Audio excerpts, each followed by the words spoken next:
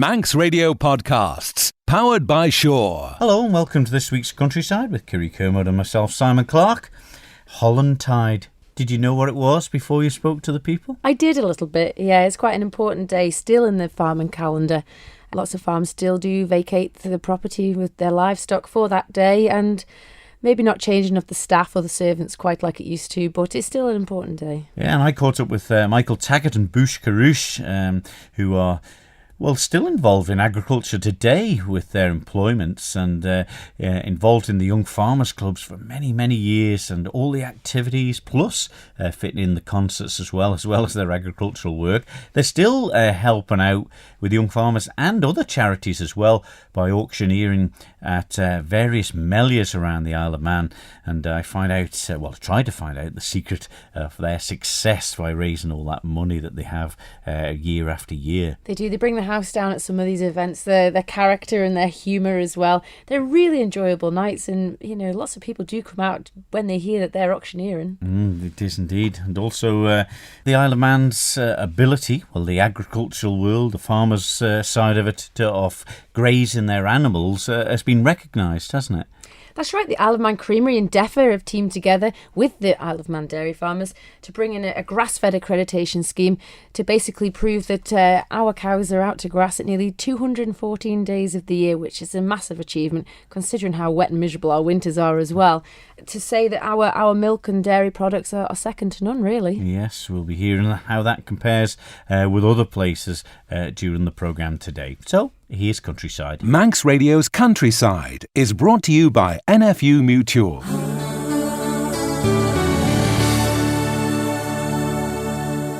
On last week's programme, we heard from Tim Sayers, the marketing manager at the Isle of Man Creamery, to talk about the dairy industry and exports of Manx products. This week I went along to the launch of the grass-fed accreditation scheme at the Noah Bakehouse and caught up with the people involved in making it happen. Finlay, it's been a very successful evening here at Noah Bakehouse on the launch of the grass-fed accreditation scheme. What does it mean to the Isle of Man Creamery? What it really means to us, Gary, is that we've got a very, very strong selling story from the Isle of Man, which means that we've got the most robustly audited scheme in the British Isles for the grass content of the cow's diet on the Isle of Man. And that's really a testament to the skill and care of the dairy farmers on the Isle of Man, who managed to get as much grass as possible into the cow's diet. A lot of people think that, that's what cows eat, but actually in modern dairy farming, there are some cows in the world that eat very, very little, if any, grass. And there's some areas of the world, in Europe and in the States, where cows are actually kept indoors. That's a very intense, almost like factory farming. We're almost at the opposite end of the spectrum on the Isle of Man, and this scheme very much reflects that. In the UK, there is another grass-fed dairy scheme, and it promises, or their farmers promise, to keep their cows out on pasture at 180 days a year. The Isle of Man farmers, and this is data that's come from very, very robust auditing and data gathering, we have our cows out for a minimum of 200, but actually we're averaging 214 days a year out to pasture. And the benefit of that is that the cow's stomach is pH neutral, so grass and clover are the most natural things that a cow can eat. And that translates into a better quality of milk, which is higher in things like omega-3, lower in omega-6, higher in vitamin A, vitamin E.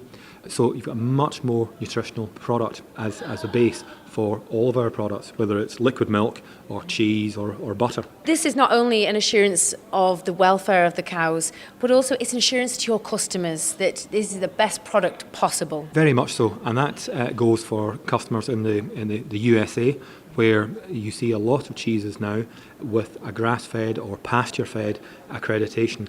And the great thing is now that we've got a government-backed and endorsed scheme, which is audited by SEI Global, which is the leading food and agricultural auditors, and it's actually of a higher standard than anything else in the British Isles. So we've got a very strong story when we're selling our cheese in America, but more close to home, we've got a very, very strong story which would really say to people, The farming on the Isle of Man is a far more natural process. It's better for the cows, it's better for the milk, and you're going to get a far better product. And if you tie that in with the low food miles, none of our milk travels more than 15 miles from farm to creamery. You've got a very, very strong story, and indeed you've got every reason not to ever even consider buying an imported product. But not only that, it's the only biosphere business as well here on the island. It is. We're very honoured to have that conferred on us by DEFA, part of the Isle of Man government. And when we have explained what the biosphere is and the fact that the Isle of Man is the only entire country in the world to some customers in the States, they have really bought into that and see real value in that.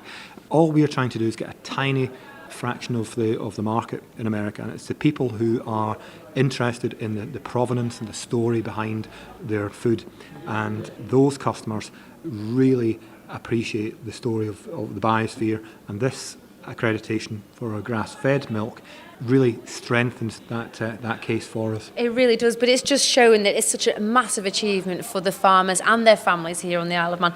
The co-op, it just demonstrates it's working well together. I think we do, and I think there's a real mutual dependence. There wouldn't be a creamery without the farmers, and the farmers wouldn't have a decent return for all their hard work if the creamery didn't sell and market its produce as best as we possibly can. Chris Neal, you've been in charge of doing the standards for the accreditation for the grass-fed. How difficult has it been to try and put together the right questions to get the feedback from the farmers for this scheme? Well, we didn't want to make it too complicated. We just wanted to collect simple data, keep it as easy as it is possible. It's been really good all throughout the whole process, really. The farmers have really been engaged. It's been dead good to get the information fed back, and everybody, right throughout the industry is fully on board to making this scheme work and making sure that the data is there for it. What kind of questions did they have to answer to get the right figures for it? So we take the number of cows that are being milked, the milk in that they produce that month. We look at the calving pattern, and we also look at the size of the cow to determine their average dry matter intake, and then we work backwards effectively by basically deducting off the amount of milk that's produced from the concentrate that they fed, and we arrive at the grass, what we're reasonably confident at them being milk that they produce from forage and from grass. That is a big undertaking. There's 32 farmers. That's an awful lot of information you've had to condense down to get the result. Yeah, the spreadsheet's enormous. But once they've got it all working, it was dead easy. It's just the power of Excel spreadsheets is phenomenal, really. But it's basic information. It's the information that these farmers know every day of their work in the industry of dairy. They're so close to their cows. They know exactly who's who and what's what. Isn't that a really nice thing that the Isle of Man can be proud of as well? Yeah, we're not asking them to do anything different. We're just asking them to give us a bit of data about what they're doing today. Those cows are in the fields, as much as they possibly can. The milk that they produce is some of the best that you'll drink because of that. Is there any more information that you can harness to make this even better? Because we're obviously at the top end of the scale. 214 days to see our cows out at grass is a pretty big achievement as it is. There is room for improvement. I think what's good about that is the fact that it could potentially lead to farmers making more money from harvesting more forage and more grass and reducing the reliance on concentrates. So I think as time goes on, there definitely is interest out there, and I think that'll grow. I think there'll be more farmers will be asking the question, how can we get more out of our grass? I guess also with the import cost of feed onto the island, that will automatically push farmers down the more grass-fed route anyway. Yeah, it probably will. I say concentrates are 3 times, 4 times as much expensive as grass, so it's a no-brainer really to try and get as much grass into those cows as we possibly can. And obviously having the co-op, the creamery, all working together, it seems to be going forward, it seems to be being successful. Yeah, they're a really good bunch of people to work for. Just right throughout the whole organisation, they just seem really good and positive and go forward. It's the positivity that drives a good business, I suppose. Yeah, that and a good milk price. The most important part. No, but it's got to be monitored, and the accreditation has to be adhered by. We have good governing bodies to look after it. Yeah, SII Global are on board with it now, so they'll be monitoring the information that the farmers provide. DEFRA go through the figures that I crunch. So it's right throughout, everybody's been checked and cross-checked so that makes sure that what we're saying is accurate. So are you on farm every day then? Not every day, but we're in contact with the farmers every month. We lift the data off them and we keep the spreadsheets up to date and we feed that back to the creamery. And then every 6 months we're around visiting them on farm, see how they're going, how they're getting on, can we help them anymore? Is there anything that we can do for them? But it's essential now. The customer wants to know where their food comes from, wants to know all the details, the food miles, and this is really the assurance they need. Definitely. There's nothing better and more healthier and more natural than the cows eating grass. And, tonight we've seen that we've got some of the best standards of milk from forage, milk from grass in the world, really. You'll not find any, New Zealand is renowned for producing milk from grass, but even they're at a pretty similar standard to us. That was Finlay MacLeod, Managing Director of Isle of Man Creamery, and Chris Neal, Rural Business Consultant. Fabulous. The Isle of Man has kicked some of the opposition into touch, you can say there, can't you? They've done a really great job in bringing this to the forefront, and there's a lot of work on behind the scenes with the farmers, recording all the data, and they've really come together to produce this accreditation scheme, and all being well, long term it'll benefit the farmers. Yeah, and that's one of the reasons for sort of getting it going, isn't it? But it's the concern around about that, it's nothing will change, it'll just be something that might help just market it. Well, this is it, but marketing is key nowadays, I think. And with such global imports coming in, it's a good selling point to show that our dairy industry here on the Isle of Man is of a top-notch standard. And like you see down the lanes, that cows are out of grass most of the year round, and this just proves that it's that assurance that customers need. Yeah, and the public like that sort of thing, innit? That they've gone away in recent times, from battery hen, or eggs like that, and into the free range eggs, which we've got some very good places on the Isle of Man. And it's a similar scenario with that, isn't it, with the grass? That's right. People want to know where their food comes from, and obviously health is paramount now in families, and it's a really great way to monitor it in the dairy industry. Well, two people who were well known in the young farmers world for many years and now are still involved in agriculture and also helping out with the Young Farmers Federation, particularly at the Melias that are held to raise money for charities. I caught up with Michael Taggart and Bush Karush to find out the secret of their auctioneering skills. I think I got involved in the Eastern one night when the auctioneer couldn't turn up. I think it was late Monty Farger. Couldn't turn up, and because I was always the loudest one, I think they said, you have a go at auctioneering then. I'd never done it before, and don't know, it just happened. Yeah, and it was a similar one for you, Michael, wasn't it? Yeah, it was very similar. Keith Karush couldn't make it. The club decided we'd have a go at it ourselves, and we've had a few nights of practice at this Melia in Lark. Yeah, it's been a while now, because of course you'd be both in the Young Farmers when you started doing it, wouldn't you? Oh yeah, I think I joined in 89 when I was just 18 or something. Just a young fella. Yeah, and stuck it till the end. Oh, absolutely. Yeah. And past the end. Yeah, still helping them out today. Yeah. But it is a satisfying thing, isn't it? Because they've always been, particularly the Young Farmers ones, they've been well supported over the years. And it's a great thing. Well, I've done it myself. And when you're standing on a couple of beer crates or whatever they give you, and you can see just that packed room and everyone generously given, it's a nice feeling, isn't it? Yeah, it's a lot of money passed to other charities. With the Young Farmers, they raise the money for other charities. They don't keep it themselves. Yeah, and do you ever get any ones where you think, why am I bothering? Or is it just you sort of make it and it's that's what it is, you make it what it is? No, it's usually okay, sometimes it's a bit poorly supported to start with, but once people get in and get a few beers on board, it soon starts flowing. What's the oddest things you've had to sell, Michael?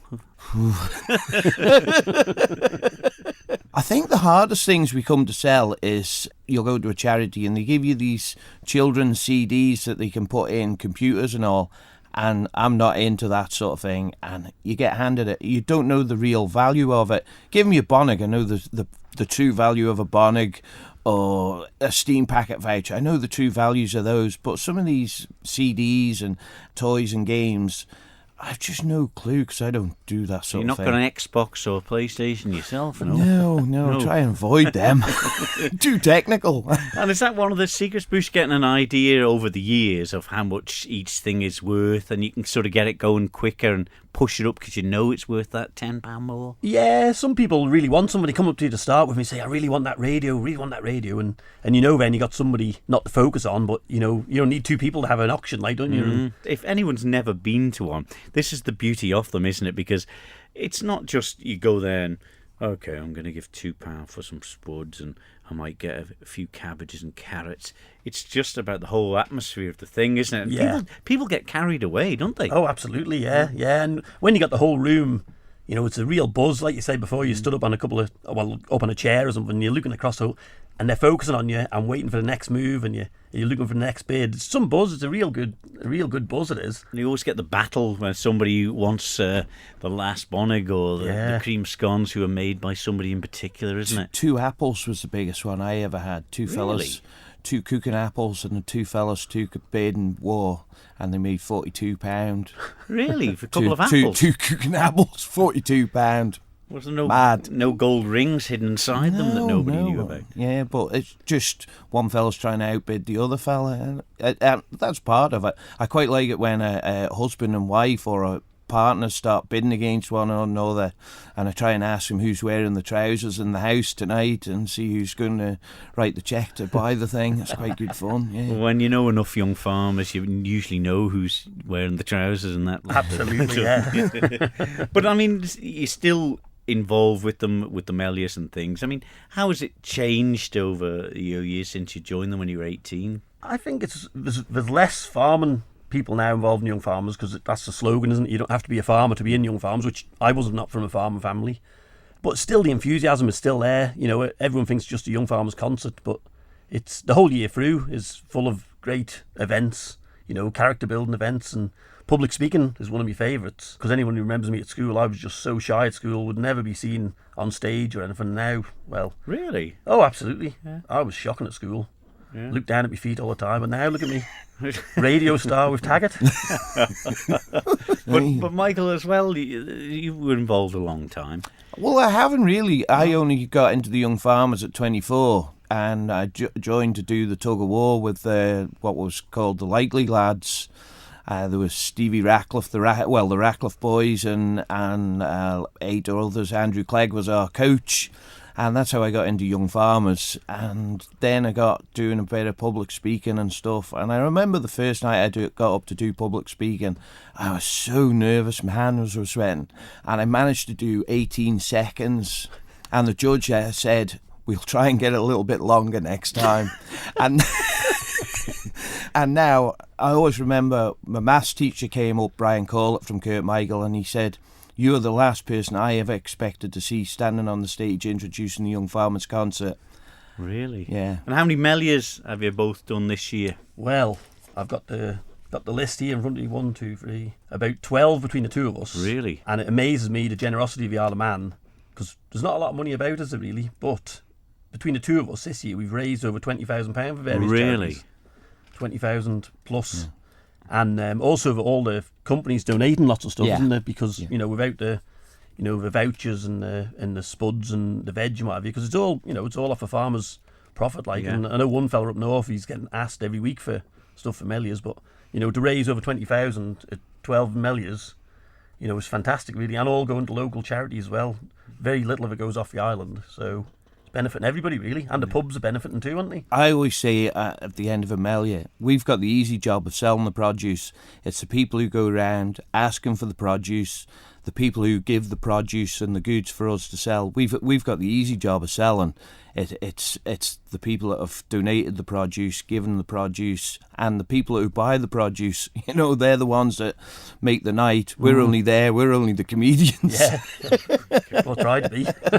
We must be doing a good enough job to raise over 20,000. Well, yeah, if we had a bit of commission on it, we'd be doing right. Oh, it'd be all right. Yeah. Well, I can tell you this: you won't be getting paid for today.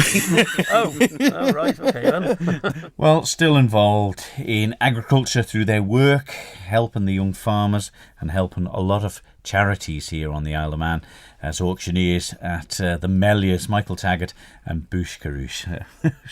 Great to get the two of them together, Kiri. You know them well as well. Yes, we could make weeks' worth of programmes with them pair once they're together. Real colourful characters and well known in the agricultural community. Yeah, and it's great that they've been involved in it for many years, enjoyed their time in the Young Farmers, taking part in all the events, as well as the concert, and trying to fit in their agricultural chores as well. So it just shows you know, how much dedication there was back then. Whether there's quite as much in this day and age, I'm not sure, but certainly great to get the crowds going at these events and raising a fabulous amounts of money for charity. So well done to them. Manx Radio's Countryside is brought to you by NFU Mutual. It's that time of year where the farmers used to renew their staff, renew leases on the farms. Do you remember what it was called, Kerry? Oh, the Hollantide Day. Well, a very important day in the calendar back then, and it still is to this day as well, really. Yeah, and you caught up with some people who know quite a bit about it. There was a special event on. That's right, I popped along to Santon to the traditional event they have every year, the Old Hollantide Day, and I caught up with Donald Gellan and some people that were in attendance. Donald, it's been a busy day here at Santon for the Hollantide Fair. It's an annual event that you keep going. We try to. It's something, of course, that's a country thing, and it's a tradition that we try to keep running. Sometimes it doesn't happen, like we didn't have one last year, and we missed it badly because it's a coming together at Hollantide, and you know, it has such traditional backgrounds of years ago, and just remembering it a Manx thing. Things in many people's eyes have improved. Some would say security of tenure was a good thing, but in many ways it probably hasn't been, because it restricted what tenants could do. But then if they did get a tenancy, the owner had a problem. But when you think of those years ago when a tenant would have his tenancy coming up to an end, it was very traumatic.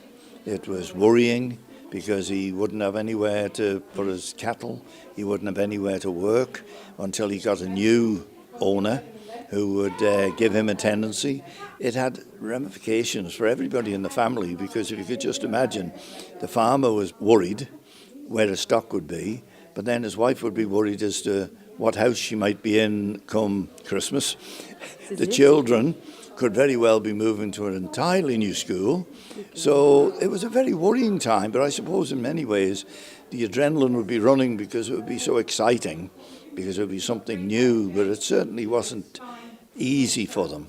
When you think of herding in them days, herding maybe 50, 60 cattle or cows from one part of the island to another to start a new tenancy, not knowing how the cows would fancy going into the stalls. You know, it was something that I suppose many people did worry about. But we like to think that the fair, which of course we're on the eve of the fair, because 12th is the Hollantide, and labourers didn't know whether they had a job coming, because the tenant who they had worked for could very well be moving to an entirely different part of the Isle of Man. They might not want to move there. No. And of course they would then have to try and get in with the new tenant at the farm that they've been working at. It caused a problem for everybody, really, but we got through it just the same as we always seem to. Were tenancies annual leases, or were they a lot longer than that? No, they went usually about 10 years, you know, to give a fair chance for the tenant to be able to work the farm. And of course rotation was the thing they used in those days, and you had to rotate, and the owner of the farm would insist that you rotated all the fields in such a way as that when you were then releasing the tenancy, that the farm would basically be back in the same shape, hopefully, as when the tenant came in. The lay fields would be lay, and the potato fields would be ploughed ready, and that type of thing. So I suppose it would be possible, if you had a difficulty as an owner to get a tenant, that you might reduce it to maybe 5 years, but that was never ever really the thing to do. It was a 10-year rolling programme. Who would be owning the land? Because obviously land would have been expensive as it is today probably then. Well, of course, in them days, landowners were very much the gentry of the Isle of Man. You found an awful lot of owners believe it or not, were in Athol Street. So you can imagine they were legal people. The church, in fact, you see, was a big landowner in them days. But you'd find these people would have more than probably one farm, and they would be juggling their tenancies.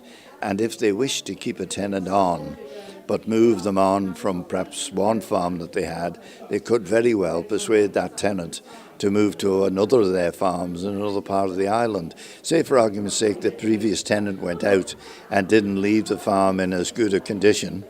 He would be eager to get somebody in that he knew would really rotate it and farm it well. But it's still the case now, Donald. There's a lot of landlords and tenants.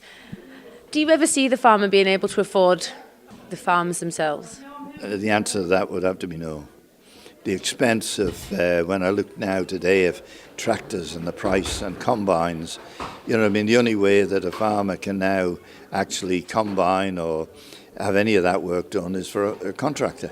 There's no other way. He just could not afford to have, just think of having a combine tied up with the amount of money for, you might as well say 11 months of the year. You just couldn't have an investment where you could do that.